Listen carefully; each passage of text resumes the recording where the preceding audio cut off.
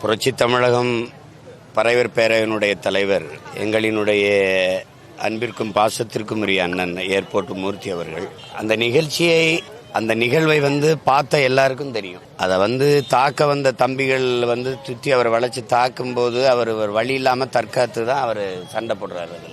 அதில் இந்த அளவுக்கு இவங்க வழக்காக்கி அதை சிறைப்படுத்துவாங்கன்னு நாங்கள்லாம் எதிர்பார்க்கல. இல்லைன்னா உங்களுக்கு முன்னமே முன்பினை எடுத்து இது பண்ணியிருப்போம், பாதுகாத்திருப்போம்.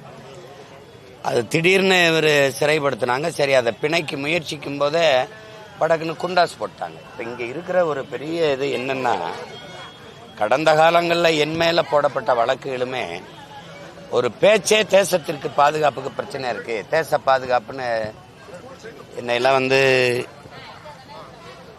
3 மாதம் 6 மாத காலங்கள்லாம் சிறையில் தொடர்ந்து அடைச்சாங்க.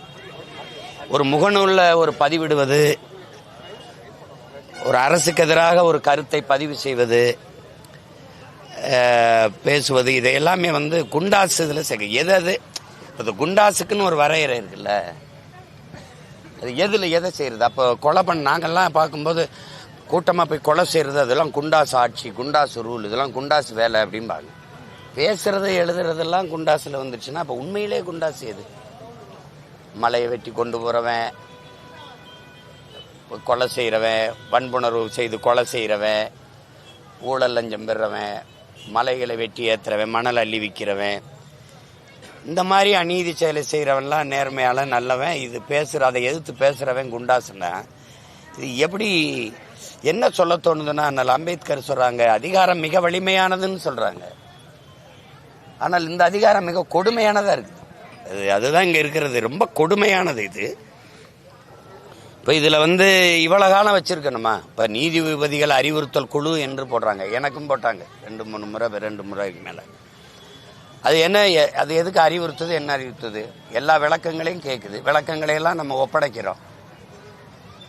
இது பொய்யாக இப்படி தேவையில்லாமல் பழி வாங்கிறதுக்காக புனையப்பட்ட வழக்கெல்லாம் ஒப்படைச்ச பிறகும் இல்லை இந்த குண்டாஸ் போட்டது செல்லும்னு சொல்லுதுன்னா, அப்புறம் அந்த அமர்வே அவசியமற்றது.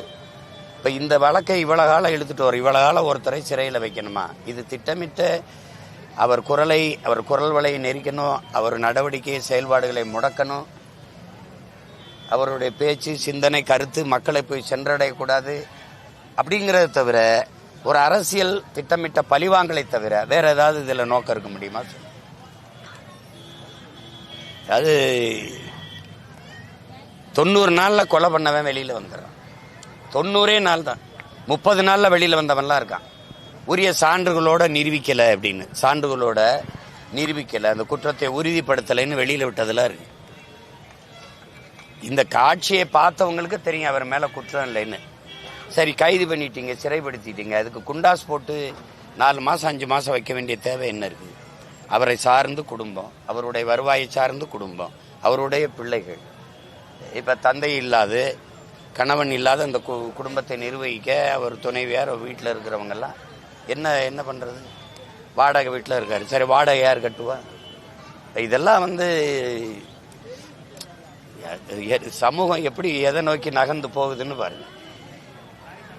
இதே மாதிரி தான் என் தம்பி வராகி, அவன் ஒன்றும் இல்லை, ஒரு வலையொலி, அவனை வைக்க முடியாத அளவுக்கு சிறையில் வச்சு பார்த்தாங்க. அப்புறம் வராகி ஒரு வலையொலி திறக்க போகிறாங்க. அந்த வலையொலி திறக்கிறது காலையில் என்னையை வச்சு, நான் திறக்க போகும்போதே கூப்பிட்டுட்டேன், என்னை கூப்பிடாதரா, என்னை வச்சு திறந்தேன்னா அது ஒரு பிரச்சனையாகும்னு. நான் திறக்கிறேன்னு இருக்கு, 11 மணிக்கு திறக்கிறேன்னு இருக்கு, காலையில் அதிகாலையில் அவனை சிறைப்படுத்தி இப்போ அவனையும் குண்டாசில் அடைச்சி கொடுக்கும். ஒரு வலையொலி திறக்கிறது இல்லாமல் குண்டாஸ் சட்டத்தில் வருது, யூடியூப் திறக்கிறது. இது எப்படிப்பட்ட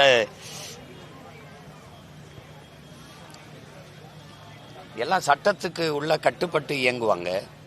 திமுகவினுடைய ஆட்சியில் இருக்கிற அதிகாரிகள், அதுவும் உயர் காவல்துறை அதிகாரிகள் சட்டத்தை மீறி இயங்குவாங்க, சட்டத்து எல்லையை தாண்டி இயங்குவாங்க. அவங்க அரசு என்ன சொல்லுதோ கைது பண்ணுவாங்க.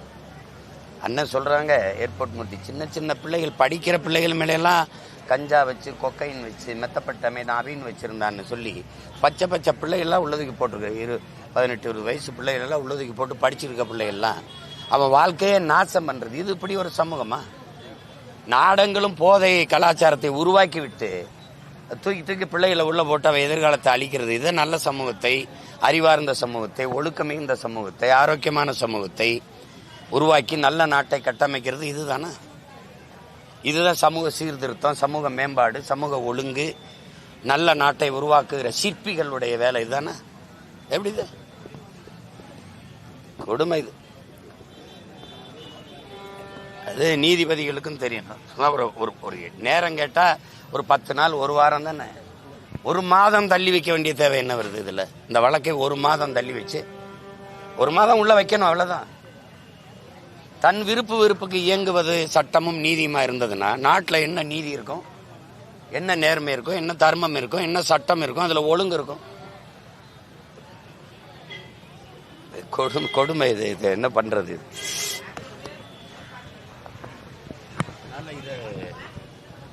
அது ஒன்றும் இல்லை. நாங்கள் போராடி சட்ட போராட்டத்தை செஞ்சு வெளியில் எடுத்துக்கிட்டு வருவோம். வருவார், அதான் சொல்லிட்டு வந்திருக்கு.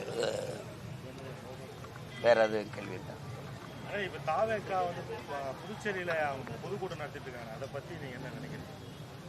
நான் பொதுக்கூட்டம் நடத்தினேன். இந்த 2 நாளைக்கு முன்னாடி உளுந்தூர்பேட்டையில் சாதிவாரி கணக்கெடுப்பு, சமூக நீதி, பஞ்சமர நில மீட்பு, தேவேந்திரர் எங்களை பட்டியலிருந்து வெளியேற்றினேன்.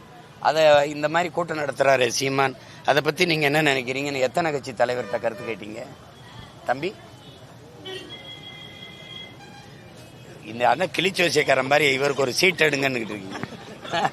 நான் என்ன சொல்றேன் அதை பாரு, நான் என்ன பேசுறேன், நான் என்ன சொல்றேன் அதுக்கு கேள்வி. முதல்ல கேட்டவன் நான் இருக்கேன். எந்த கேளுங்க. நான் தான் மாகே ஏனம் வேணாம், மாநில உரிமை வேணும்னு முழக்கத்தை முன் வச்ச ஆளு நான் தான் முதல்ல.